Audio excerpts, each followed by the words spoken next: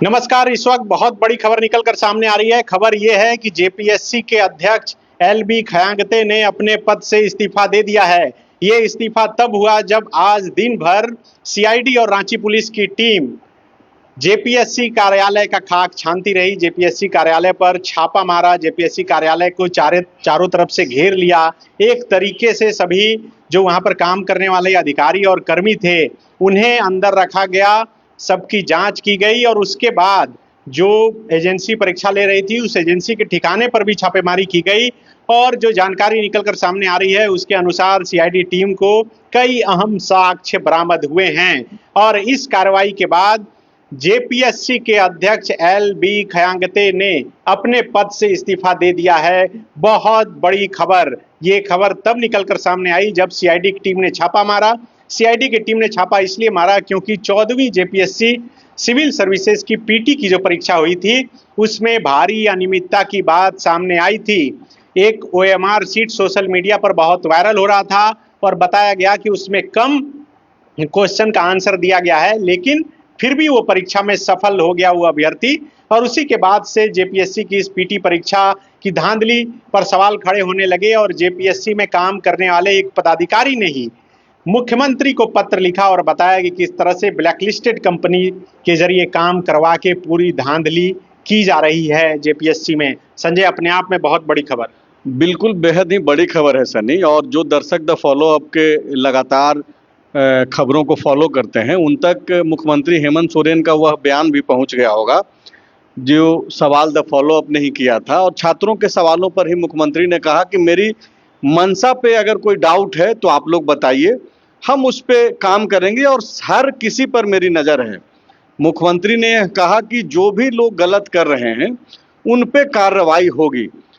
छात्र, किसान, हर तरीके के मुद्दों को उन्होंने गिनाया और कहा कि देखिए, चूंकि सिस्टम में अलग अलग जगहों पे कई लोग बहुत लंबे समय से बैठे हुए हैं और तब जबकि हम एक काम कर रहे हैं तो मेरे पास जादुई छड़ी तो है नहीं कि तुरंत से ठीक कर लिया जाए।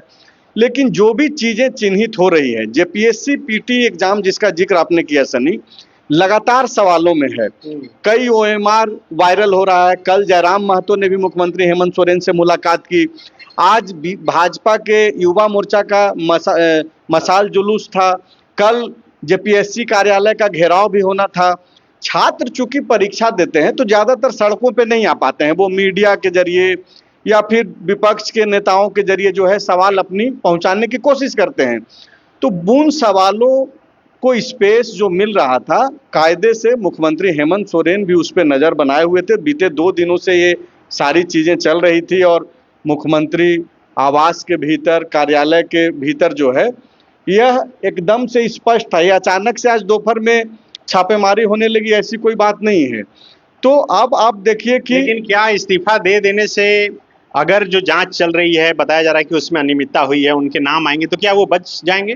नहीं, बचेंगे तो बिल्कुल नहीं, क्योंकि इससे पहले 2013 में जो पूर्व जेपीएससी के पदाधिकारी हैं उनके घर पर भी छापेमारी हुई है। उससे पहले भी 6 में भी छापेमारी हो चुकी है। नहीं, बिल्कुल छापेमारी हुई है।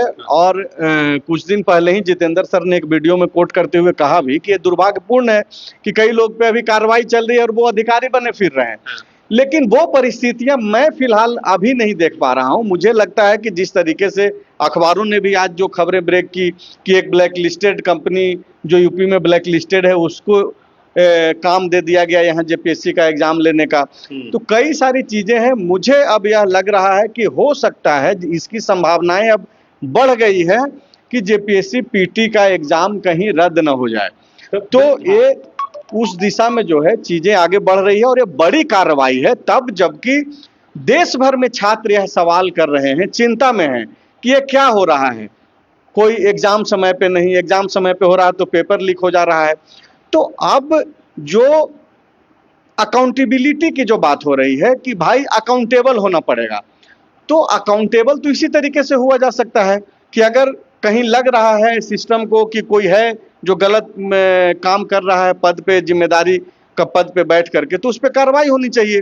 और जेपीएससी अध्यक्ष का जो इस्तीफा हुआ है उसी दिशा में यह देखना चाहिए और ये मामला इस्तीफे के साथ समाप्त नहीं होना चाहिए। आपका जो सवाल है उस सवाल में चिंता भी छुपी हुई है।